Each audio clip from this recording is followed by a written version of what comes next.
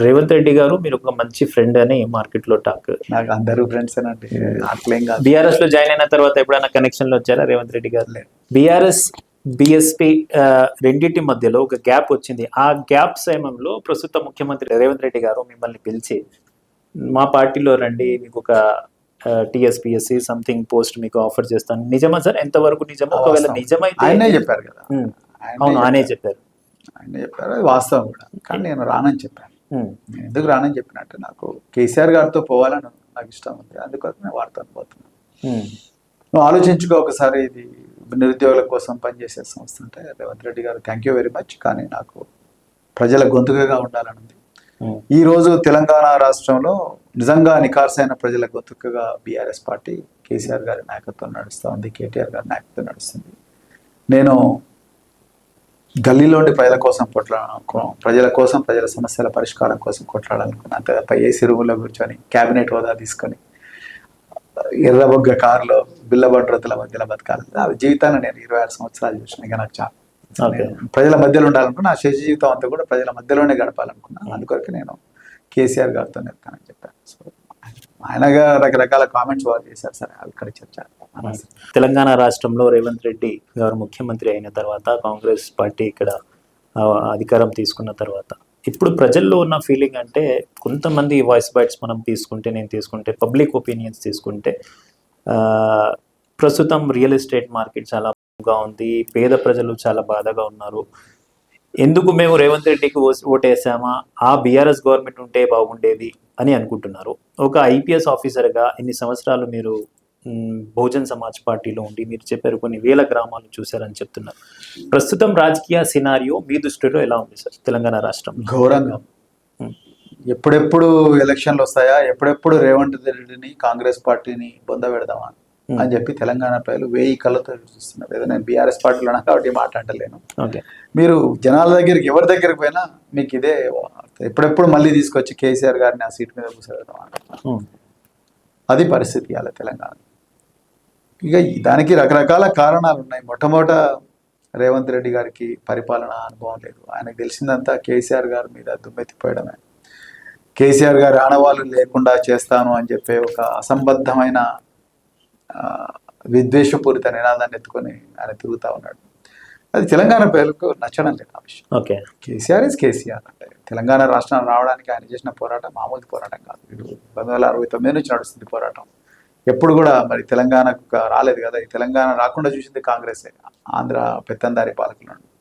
కానీ కేసీఆర్ గారు చావడానికైనా సిద్ధమై తెలంగాణ ప్రజలందరినీ కూడా ఒక రాజ్యాంగబద్ధంగా, శాంతియుతంగా, చక్కటి ప్రణాళికతో ఉద్యమాన్ని ముందరికి నడిపిండు, అందరినీ కలుపుకొని పోయాడు. కాబట్టి అలా తెలంగాణ వచ్చింది. అలాంటి ఒక గొప్ప వ్యక్తిని రోజు దూషించడం, అదే పనిగా మీడియా ముందుకు రావడం, అదే పనిగా ప్రతి బహిరంగ సభల్లో కూడా మాట్లాడడం, ఆఫీసర్లకు కూడా అలాగే ఇవ్వడం, తర్వాత అక్రమంగా కేసులు పెట్టడం, రకరకాల కమిషన్లు వేయడం, ఇదేది కూడా తెలంగాణ సమాజానికి నచ్చడం లేదు.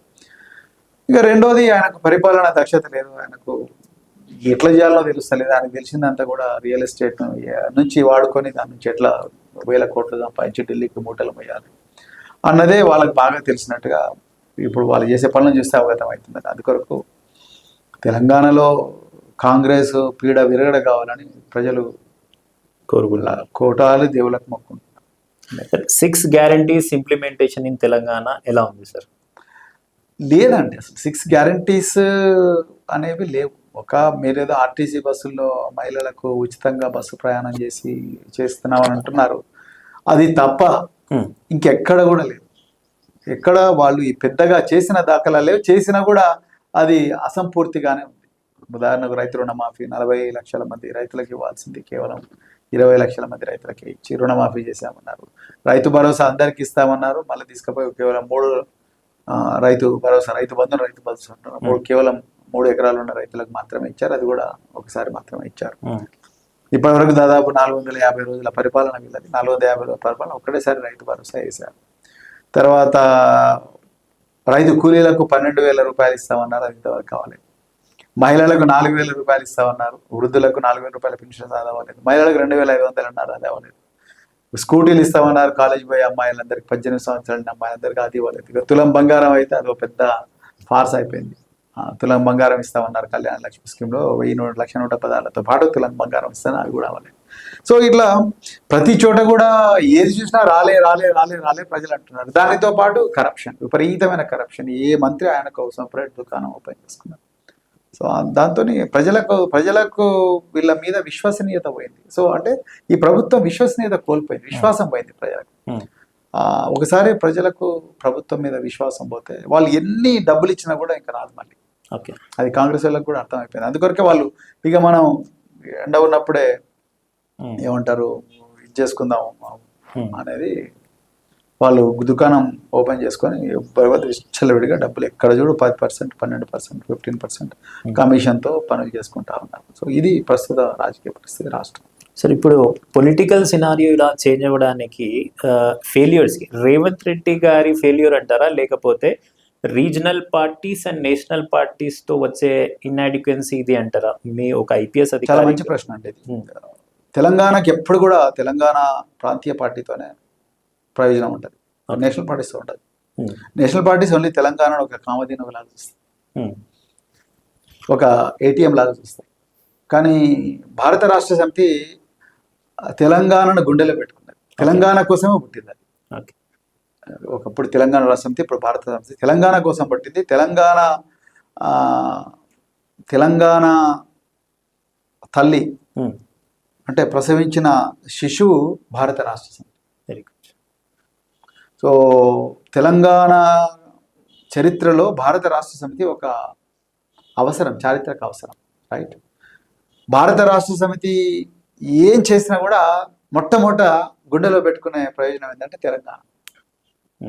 ముందు తెలంగాణ, దాని తర్వాత డెవలప్మెంట్ అవుతారు తెలంగాణ ప్రజలు, తెలంగాణ రైతులు, తెలంగాణ విద్యార్థులు, తెలంగాణ నిరుద్యోగులు, తెలంగాణ ఎస్సీలు, తెలంగాణ బీసీలు, తెలంగాణలో ఉండే ముస్లిం మైనారిటీలు, క్రైస్తవ మైనారిటీలు, బుద్ధిస్టులు, అట్లా తెలంగాణ ప్రయోజనాల గురించే కొట్లాడతారు. తెలంగాణ, ఆంధ్ర, తెలంగాణ మధ్య కొట్లాట జరిగితే తెలంగాణ ప్రయోజనాలు, కర్ణాటకకు తెలంగాణకు మధ్య జరిగితే తెలంగాణ ప్రయోజనాలు, మహారాష్ట్రకు తెలంగాణ కొట్లాట జరిగితే తెలంగాణ ప్రయోజనాలు.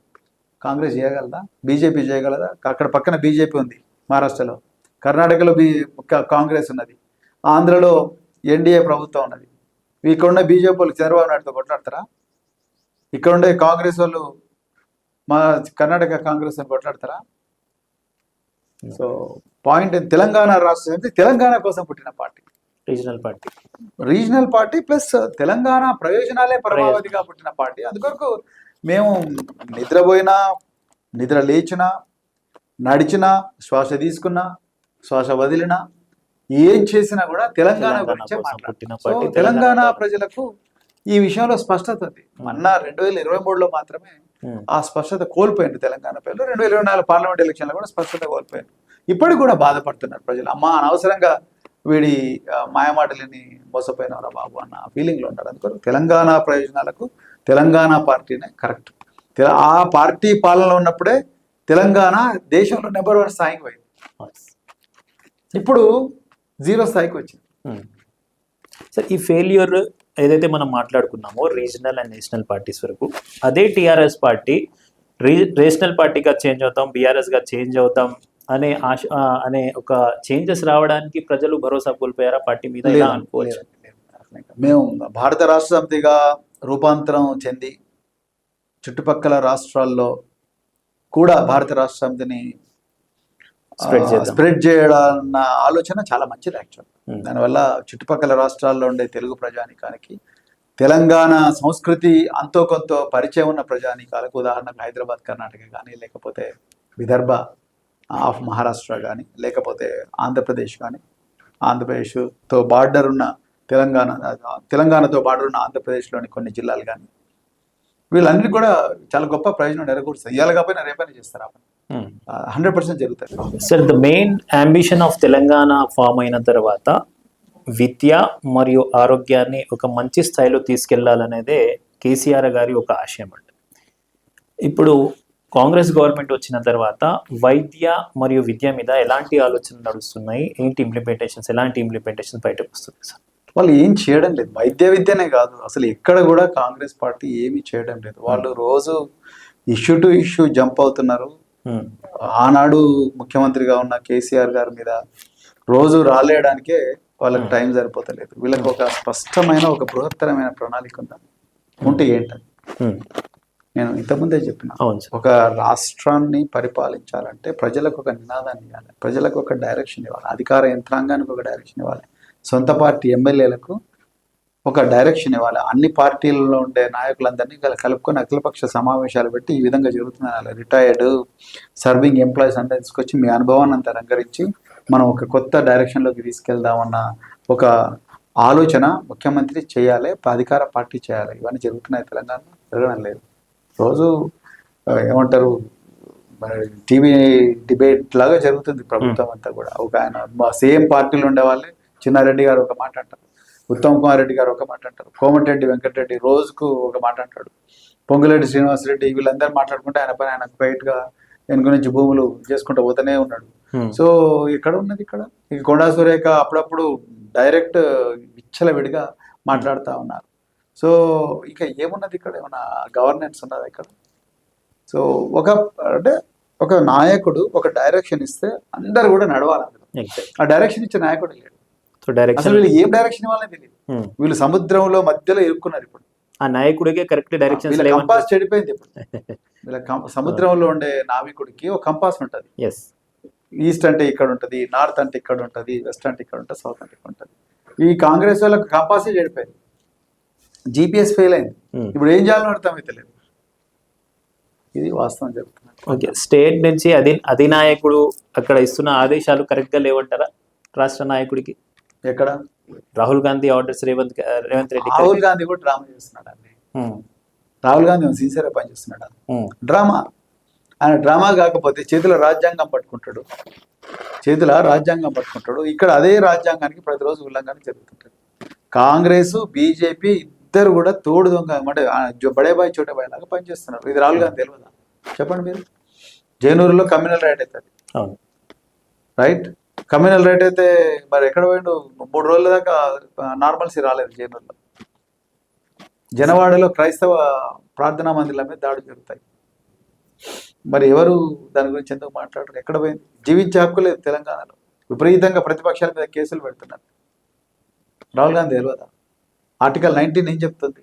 Freedom of speech and expression అని చెప్తుంది. ఆర్టికల్ 21 ఏం చెప్తుంది? రైట్ టు లైఫ్ అని చెప్తుంది. కోడిగుడ్డు మీద ఈకలు పిక్కడానికి రోజు ఏవో అడ్డమైన కేసులు పెడుతున్నారు. అది కరెక్టా? ప్రతిపక్షాల మీద కేసులు పెట్టడం అదేనా ప్రజాస్వామ్యం అంటే? మరి రాహుల్ గాంధీ కాన్స్టిట్యూషన్ పట్టుకొని రోజు రాజ్యాంగం పట్టుకొని డ్రామా ఇస్తున్నాడు. ఆయన తెలియదు, ఎంత కూడా కావాలని స్క్రిప్ట్ ప్రకారం చేస్తున్నారు. మన ఎస్ఎల్బిసి టన్నెల్లో ప్రమాదం జరిగింది. వాళ్ళని చూడడానికి మేము హరీష్ రావు గారి నాయకత్వంలో వెళ్ళాము. వెళ్తే మమ్మల్ని సొరంగా లోపలికి కూడా పోనివ్వలేదు. దానికి మళ్ళీ మేము ధర్నాలు చేయాల్సి వచ్చింది. అదే బీజేపీ వాళ్ళకి అయితే రెడ్ కార్పెట్ వెల్కమ్ ఇచ్చిండ్రు రేవంత్ రెడ్డి. ఓపెన్, మాకు ఫొటోస్ ఉన్నాయి, వీడియోస్. అంటే ఏంటి అర్థం? రేవంత్ రెడ్డి ఏమో బండి సంజయ్ సెక్యూరిటీ ఫోర్స్గా మారిండు, బిఎస్ఎఫ్గా. బండి సంజయ్ ఏమో రేవంత్ ప్రొటెక్షన్ ఫోర్స్గా మారిండు, ఆర్పిఎఫ్. ఇదే జరుగుతుంది. Okay sir, thank you sir. మా J24 న్యూస్ సబ్స్క్రైబర్స్ కోసం, మా వ్యూవర్స్ కోసం మీ యొక్క మంచి సందేశం. జిలానీ గారు చాలా మంచి journalist, very committed person. So తప్పకుండా J24 ఛానల్ అనేది రాబోయే రోజుల్లో ఇంకా పాపులర్ కావాలి, ప్రజల గొంతుకగా మారాలి. మరి జనం కోసం ప్రతి క్షణం కూడా పరితపించాలని చెప్పేసి కోరుకుంటాను. మరొకసారి thank you so much sir. RS Praveen Kumar గారు చాలా బిజీ షెడ్యూల్లో ఉన్నా కూడా కేవలం నా సింగిల్ కాల్తో రెస్పాండ్ అయ్యి, గత 4 రోజుల నుంచి నేను కాల్ చేస్తున్నా కూడా he has committed to me that I will come Jilani, will have an good interview అని చెప్పారు. అంత బిజీ షెడ్యూల్లో కూడా మా ఛానల్ కోసం, నా కోసం టైం ఇచ్చినందుకు ధన్యవాదాలు సార్. మరొకసారి థ్యాంక్ యూ సో మచ్. రాబోయే రోజుల్లో మీతో మంచి ఇంటరాక్షన్ ఉంటుందని గట్టి నమ్మకంతో ఉన్నాను. Thank you so much sir. Thank you. J24 news సబ్స్క్రైబర్స్కు ధన్యవాదాలు. చూస్తూనే ఉండండి J24 న్యూస్. Thank you.